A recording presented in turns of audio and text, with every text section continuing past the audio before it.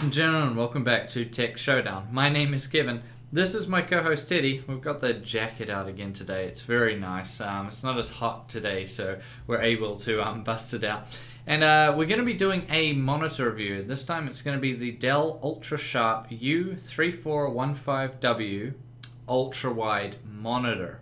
So I have tested one of these before, or I might have tested two of these before, and I'm always quite impressed because I personally don't particularly like running a dual monitor setup. I don't like having bezels in the middle of my screen, and it's just not really my thing, but I do quite enjoy the ultrawides. So let's jump right in then with the specs. So it's coming with a 34-inch 21:9 display, so that's getting pretty massive now. It is a very large display, so it's something you are going to need to be aware of when looking into this monitor. You're going to need quite a bit of desk space to put this guy on.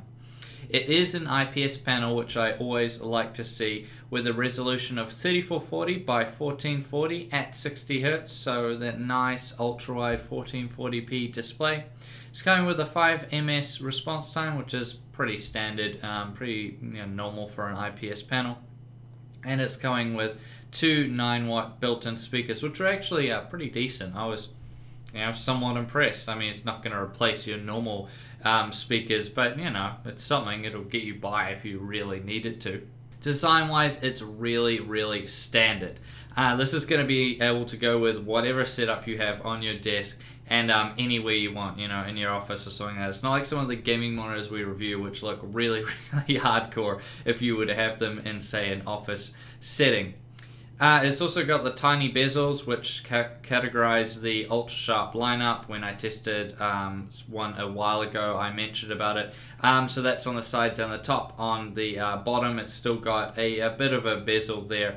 However, it won't have the black bars on the bottom, which it does on the sides and the tops. The actual display starts like a few centimeters in, which is something you need to be aware of. Warranty-wise, coming with a 3-year warranty, so that's pretty good. That's on everything. That should get you by. It is quite an expensive monitor, so you would like to have that warranty there if anything was to go wrong.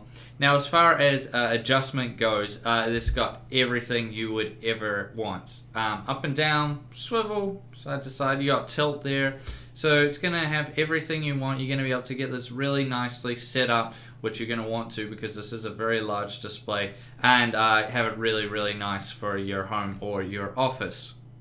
Now, it's coming pretty stacked, really nice as far as I/O. So it's coming with a single full-size DisplayPort, a mini DisplayPort, a DisplayPort output, that's if you want to say daisy chain two of these together, and MHL and HDMI 2.0. It's also coming with a 3.5mm jack for your audio and a bunch of USB ports. So that should keep everybody happy, should be everything that you need. Personally, I'm just using it with a normal full-size DisplayPort, and I would imagine the vast majority of users would be using it with that also. I guess unless you really wanted the audio, the built-in audio, then you would be using the HDMI. Image-wise, the colors look really good. It's very accurate. I had absolutely no issues with the coloring on it. It looks really nice. I mean, this is an IPS display, so that is to be expected, but it is really good. Viewing angles are also fantastic. This does have a slight curve to it. It's not really that aggressive, but you do kind of notice it. But that is just something to consider. But yeah, the viewing angles are absolutely fantastic also. Now, that gentle curve it has does make it a bit more immersive when it comes to gaming, but it's not as much as some people seem to think it is. It's like, wow, this is like a whole new experience. It's like, yeah, it is nice, and it is cool, but it's not as big of a deal as a lot of people seem to make it out to be. This is quite a gentle curve that it has, but yeah, still quite nice, and I do quite like it. The response time, as I said earlier, at 5 ms, that's pretty good. For gaming, it was just fine. I didn't see any ghosting, I didn't see any funny stuff like that, so you should be just fine when it comes to the response time. And this monitor will also be very good for productivity stuff, video editing, photo editing. I think with the color accuracy, it's going to make it a really good monitor for people that are wanting an ultra-wide to use for productivity purposes such as those. For general use, you know, like what a lot of us do, casual type stuff, browsing web, all that, it's going to be absolutely fantastic also. There is a huge amount of screen real estate, being that this is an ultra-wide plus being 1440p. You can have pretty much 2 full windows up on the screen and do whatever you like, and it's absolutely fantastic.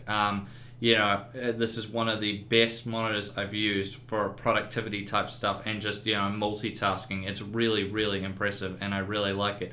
Also, the fact that Windows 10 now is such a good jump up in terms of with its scaling and multitasking with multiple windows is so much better than, say, like Windows 7 and Windows 8.1. So that also makes the experience just that much better. The menu is, you know, pretty good. It gives you all the adjustment you would want. As I said, out of the box, I pretty much didn't change anything. I thought it was really, really good. I think I sped up the response time a little bit, but that was about it. Everything else I just left as is. I thought it was really good. However, the menu, you know, navigating the menu itself was only okay. It's using capacitive buttons, which I'd rather physical ones, but, you know, you're probably not going to be using it that much. For it to be that much of an issue. Probably just, you know, first time you set it up and then get everything set up right in the menus, and then you're probably never going to touch it again, so it's not really that big of a deal at the end of the day. Now, another thing to mention is that being the resolution that it is, you are going to require quite a bit of GPU horsepower in order to game on this display, or if you're going to be doing photo or video editing as well, you might need to consider that. I was running it with my R9 390 that I've had in there, but also that GTX 970 that we were just previously testing. And those cards did a pretty good job for them. You know, it was good enough. I was running most of my games I've been playing on like a high setting. However, if you're going up to say Ultra and you're maxing out filters, then on a 970 and 390 you might run into a bit of lag issues here and there. But if you have something like a GTX 980, 390X, Fury, or a 980 Ti or something, it's just going to be able to power through it just fine. Or if you have 2 970s or 2 390s, that should also mean that you get through everything just fine. Which brings us now to the conclusion. And what do I make of the Dell UltraSharp U3415W? So design-wise, it's pretty standard, but it's going to be able to go with everything. It's also got a very nice build quality, which I quite like, and is coming with that 3-year warranty. It also has loads of adjustment, so you're going to be able to get it set up just exactly how you want it, and it's also coming with a lot of I/O choices. Now, image quality wise, it's really good straight out of the box. However, there is a lot of adjustment there if you want to do that. I personally thought it didn't need it, but you might for whatever you might be using it for. The curved display means there is sort of a bit of added immersion there. However, I don't think it's as big of a deal as a lot of people seem to make it out to be. It's going to be great for productivity, but it was also really good for gaming as well. So if you're going to be doing both, it's going to be a really, really great monitor for you. But even, you know, just doing either or, it's still going to be quite good. It is coming with quite a high price tag. However, this isn't too surprising, being that it is an ultra-wide and most of them are coming with quite high price tags. But for that reason, it's mainly going to be reserved for those who are an enthusiast, but also professionals. Your average user probably isn't going to be able to or want to fork out the money to get a display like this one. But for the professionals or enthusiasts out there, yeah, it is something to consider. And as far as all the ultrawides go, it's actually on the lower end price-wise compared to many of the other ultrawides, which are quite a bit more expensive than this particular one.